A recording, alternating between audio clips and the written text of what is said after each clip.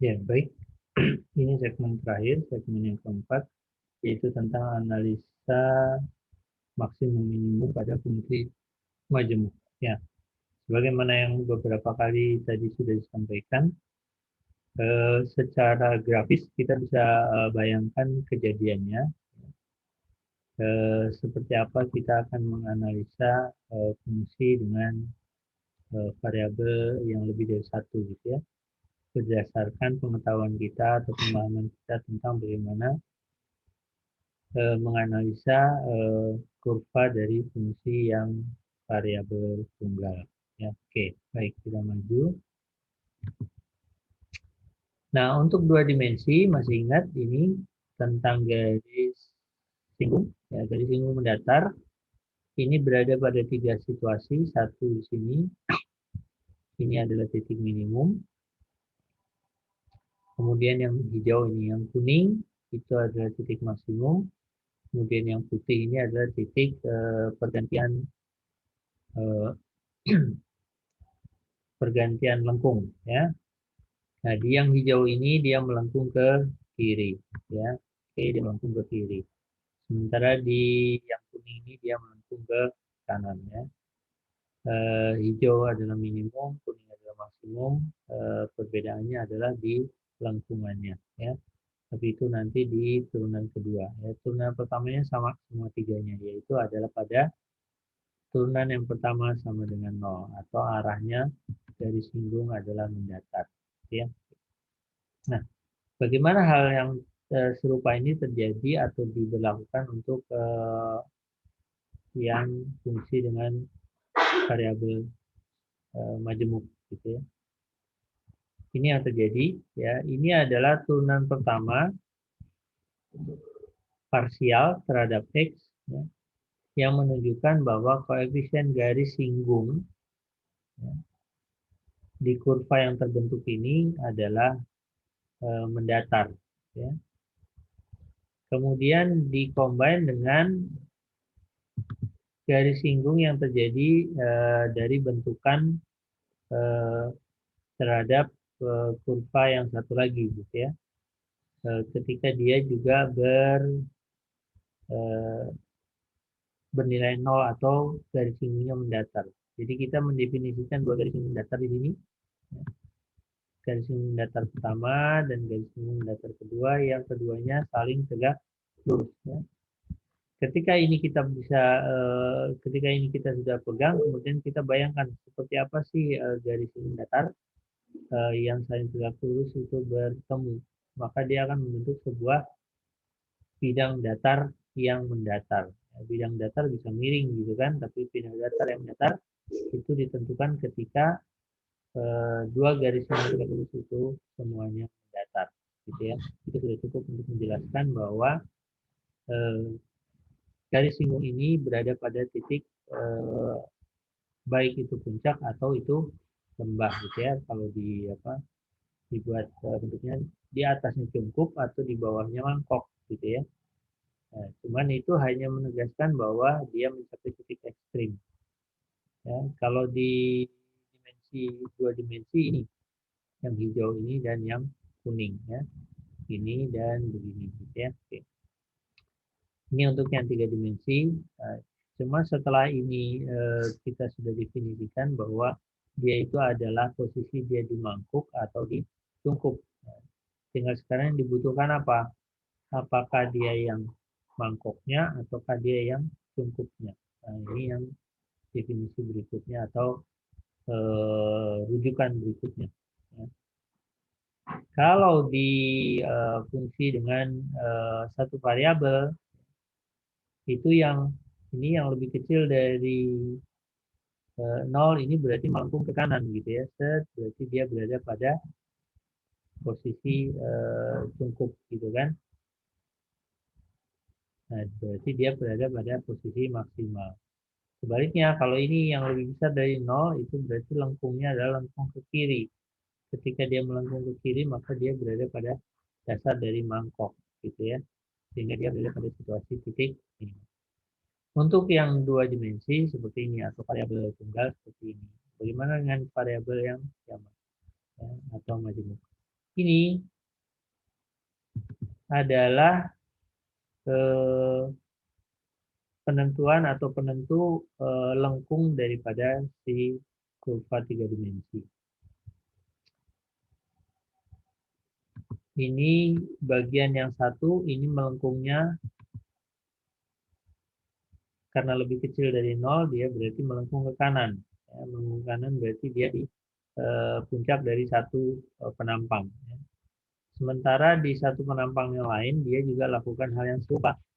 Dia juga berada di lengkung ke kanan, sehingga kedua-duanya melengkung ke kanan. Artinya apa? Dia berada pada puncak dari sebuah tungkup. Ya. Bagaimana dengan turunan kedua yang ini? Turunan kedua yang ini lebih besar dari 0, artinya apa? Dia melengkung ke kiri gitu kan. Melengkung ke kiri itu berarti dia berada pada situasi dia di bawah. Ya.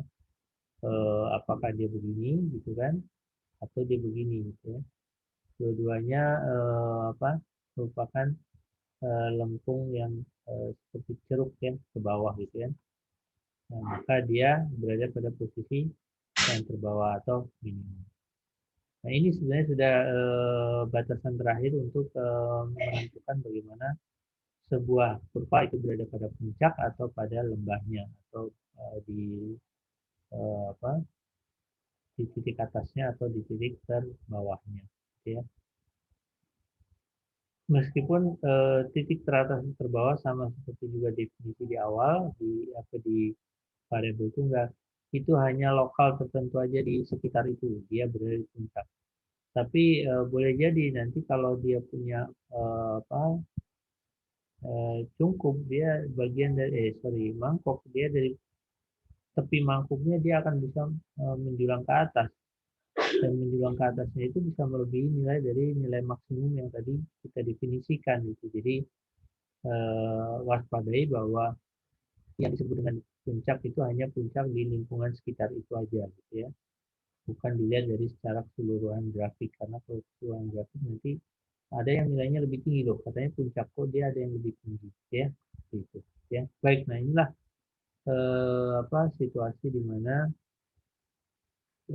kita sudah punya alat untuk mendefinisikan sebuah kurva itu apakah dia maksimum atau minimum ya.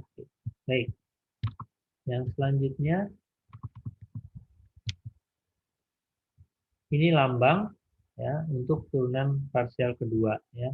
Perhatikan bahwa di situ ada semacam pangkat ya, tapi ini tidak menunjukkan pangkat, tapi hanyalah merupakan lambang untuk menunjukkan bahwa dia adalah turunan yang kedua. Nanti kalau pangkatnya 3 itu juga berarti turunan yang ketiga ya. Untuk yang turunannya untuk variabel penurunnya adalah sama, variabel yang menurunkan itu yang membuat dia menurunkan, perubahannya adalah variabel yang sama, maka dia digambarkan ditulisnya seperti ini, cukup dengan satu do, gitu ya. Tapi kalau yang dua variabel berbeda, maka bentuknya seperti ini ya. Tadi kita sudah lihat contohnya do y, do x, itu seperti itu ya. Do pangkat 2 tadi sudah ada di latihan soal di segmen yang ketiga. Ini untuk sekedar merefresh saja tadi apa lambang-lambang yang ini lambang apa gitu ya, maka inilah lambangnya ya. Ini saya perbesar sedikit. Nah, ini dia. Ini lambangnya Anda bisa lihat. Ini untuk X yang sama atau variabel yang sama, maka dia cukup sekali seperti ini. Tapi untuk yang berbeda lambang memang maksudnya juga beda seperti ini. Ini DXDY gitu ya, sementara yang sebelah sini yang di bawah ini ya, ini DYDX ya. DYDX yang ini adalah DXDY. Itu juga sebenarnya berbeda secara definisi gitu ya. Karena yang DXDY itu artinya diturunkan dulu terhadap Y baru diturunkan terhadap X. Sementara yang DYDX itu diturunkan dulu terhadap X baru diturunkan terhadap Y ya. Itu yang kita bedakan dari yang kuning. Lihat yang kuning ini variabel yang membuat dia diturunkan adalah variabel-variabel yang sama gitu ya, Y dengan Y, X dengan X gitu kan, sehingga dia cukup dengan satu lambang saja ya. Ini lambangnya di nah di seolah adalah di kuadrat gitu ya, tapi artinya di tapi yang dituliskan sebanyak 2 kali ya. Baik, itulah untuk apa namanya secara umum konsep yang bisa kita pegang. Yang selanjutnya kita hanya akan lebih banyak berlatih.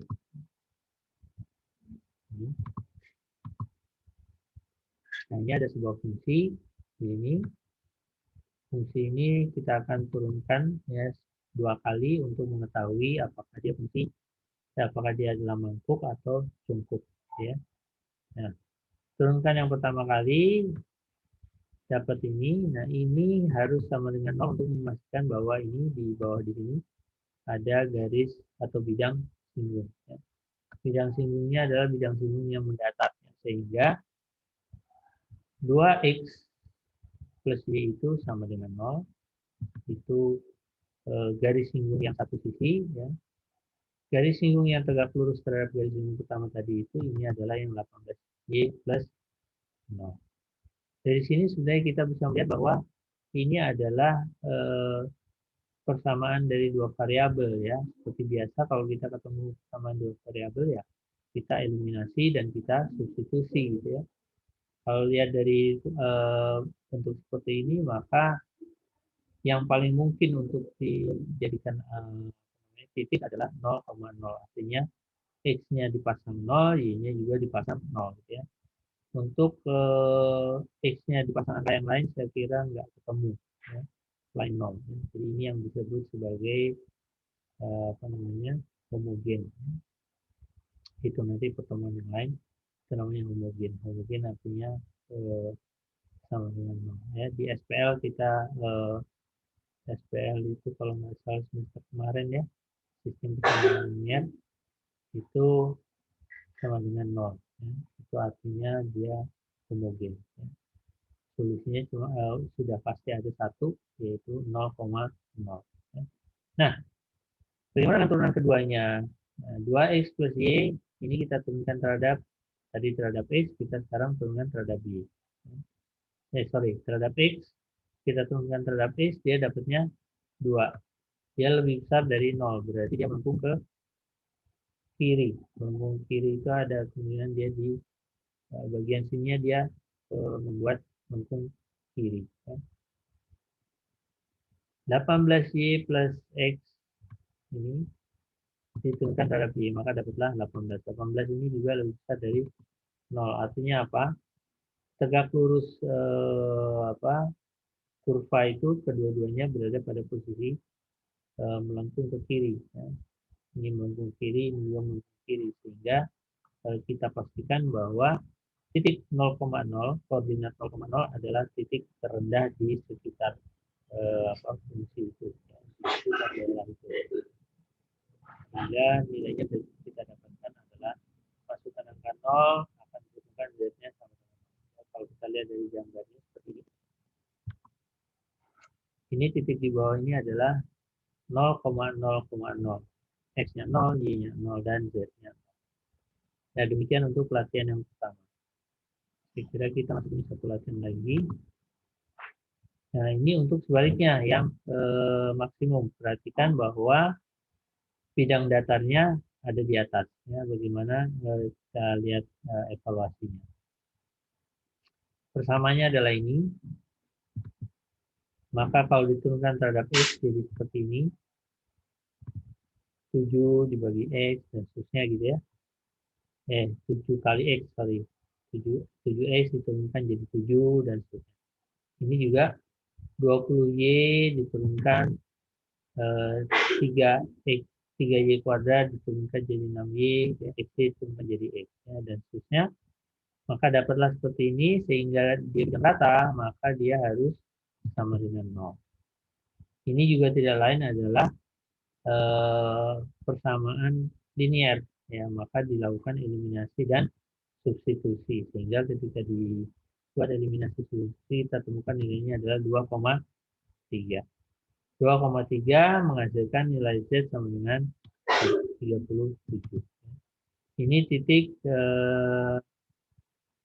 masih kita harus cek apakah dia maksimum atau minimum. Ya. Maka kita turunkan sekali lagi. Ini 72X min 2X ini diturunkan sekali lagi terhadap X. Maka dapatnya adalah min 2. Min 2 itu lebih kecil dari 0. Min 2 lebih kecil dari 0 menunjukkan bahwa dia adalah lebih kecil, itu berarti begini, dia melengkung ke kanan. Ya. Yang ini juga 20x 20 min 6y min x yang dipertemukan terhadap y, maka dapatnya adalah min 6. Ya, min 6 itu lebih kecil dari 0, dia juga melengkung ke kanan. Sehingga kita bisa pastikan bahwa Z sama dengan 37 adalah bidang rata yang terletak di angka 37. Ya. Jadi koordinatnya adalah 2,3,37. Ya. 37 adalah titik maksimum di sekitarnya.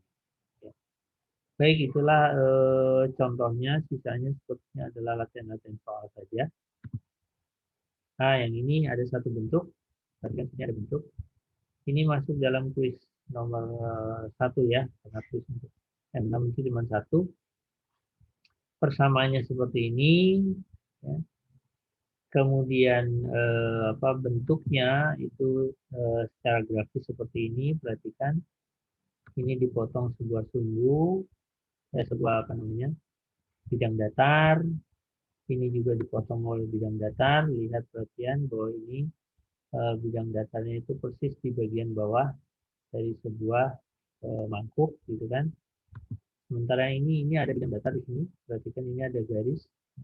Ini juga bidang datar, tapi bidang datar ini berada pada puncak sebuah terowongan, gitu ya. Kalau saya menyebutnya terowongan. Dan dia bukan cungkup betulnya, ya. Jadi itu harus diwaspadai. Ini, lihat di sini. Ini adalah sekat-sekatnya untuk memotong-potong bagiannya, bagian titik terendah. Nah, ini adalah penampang yang sisi yang satu lagi. Ya. Nah, pertanyaannya adalah, dapatkah kita menentukan titik minimum dan atau maksimum? Ya. Kita nggak tahu apakah titik minimumnya ada. Kalau kita lihat dari sini, titik minimumnya ada. Gitu ya. Ya. Tapi titik maksimumnya ada nggak? Kita lihat. Ya. Di sini seolah-olah dia titik maksimum, tapi ternyata di sini ada cekungan yang lain yang membuat dia menjadi titik yang rendah, bahkan terendah di sekitar itu. Maka kita tidak bisa tentukan bahwa dia punya titik maksimum. Ya. Tapi harus dijelaskan secara matematis. Ini loh yang menunjukkan bahwa dia tidak punya titik maksimum. Gitu ya. Kira-kira seperti itu. Yang terakhir adalah latihan-latihan soal ya.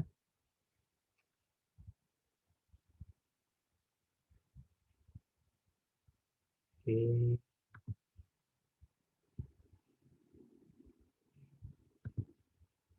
Ya, ada 3. Ini grafik-grafik yang ada gitu ya.